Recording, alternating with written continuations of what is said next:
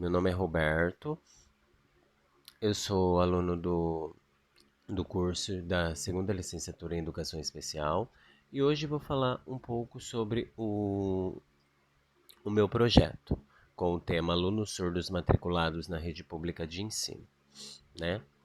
Antes de mais nada, quero fazer o levantamento de algumas leis, entre elas a Lei 10.436, de 24/4/2002.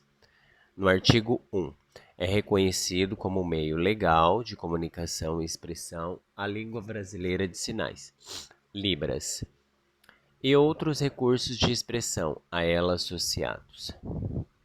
Temos também a Lei Brasileira de Inclusão da Pessoa com Deficiência, Lei 13.146, de 8 de julho de 2015.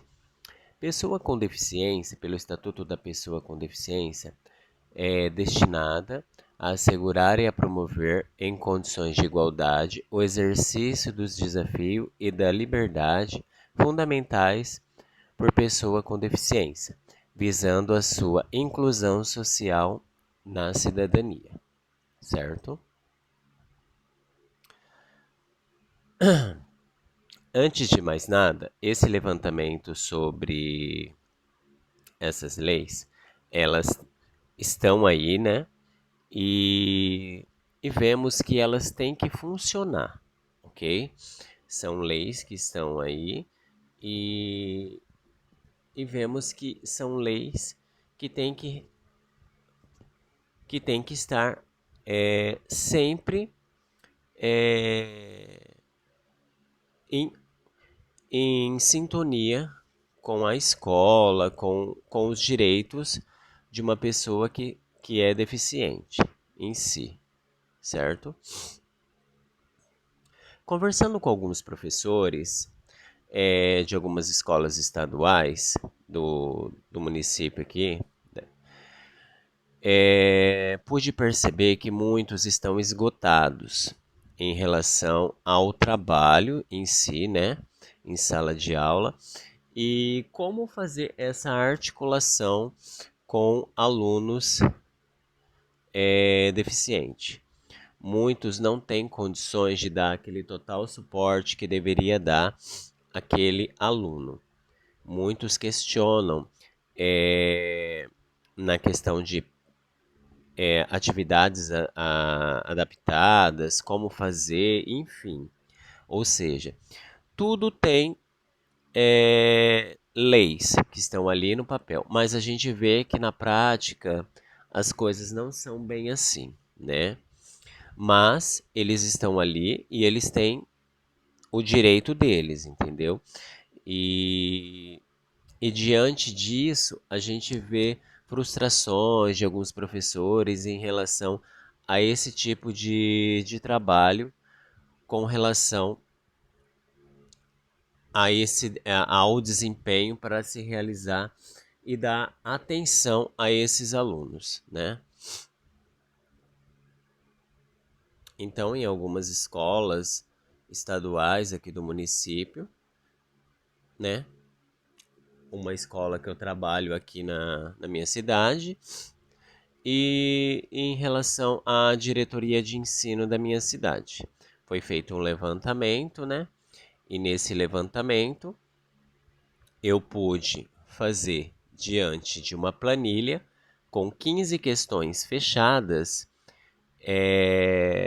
o levantamento sobre alunos que, que estudam nessas escolas.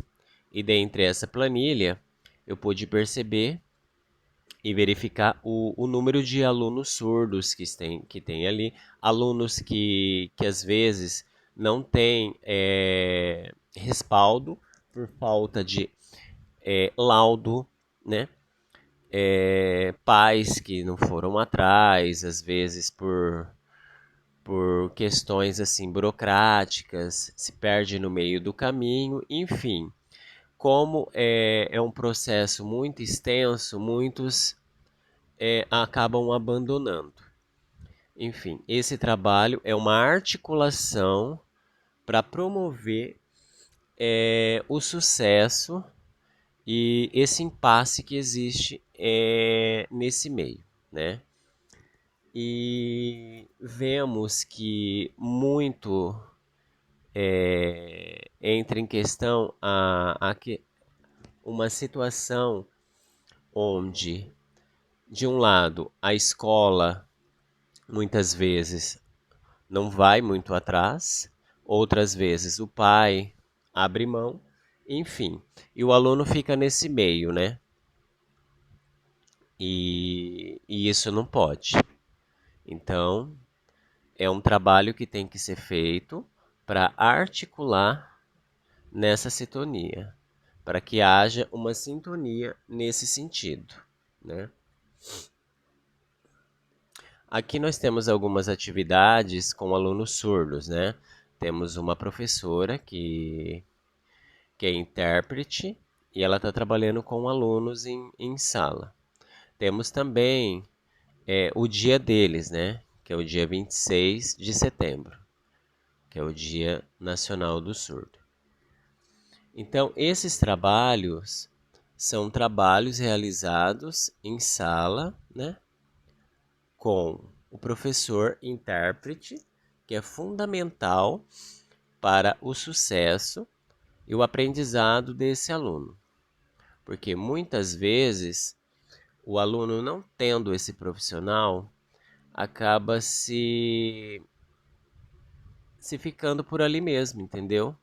O aluno fica lá, perdido em sala de aula, se comunicando às vezes por gestos, às vezes a professora regente não tem total domínio e, enfim, o aluno fica ali tentando compreender situações onde ele não consegue.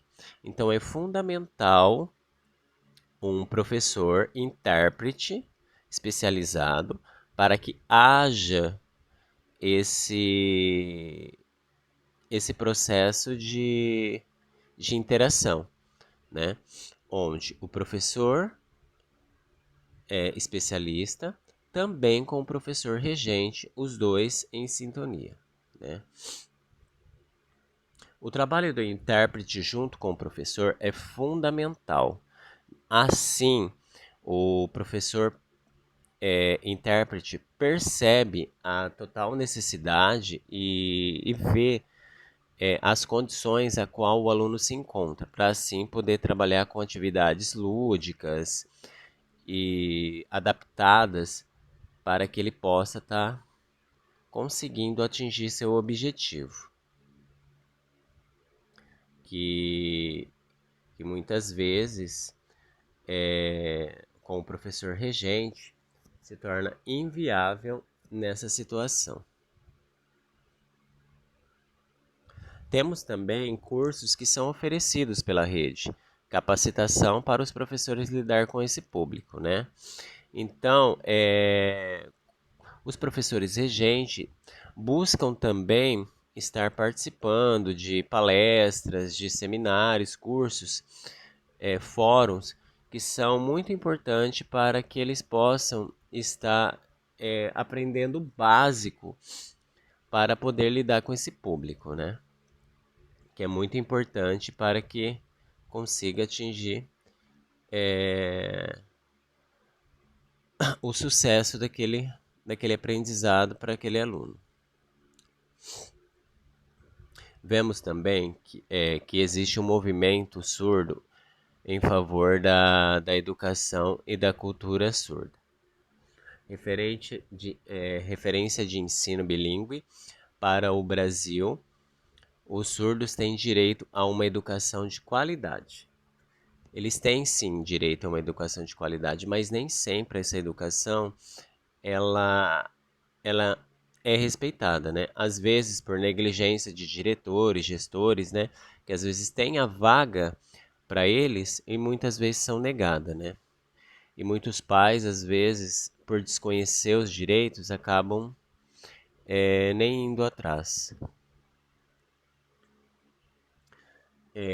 As mãos rompem o silêncio e fazem a comunicação de quem não ouve, mas vê, sente e se emociona. Ou seja, eles têm nos gestos das mãos, a fala deles, né?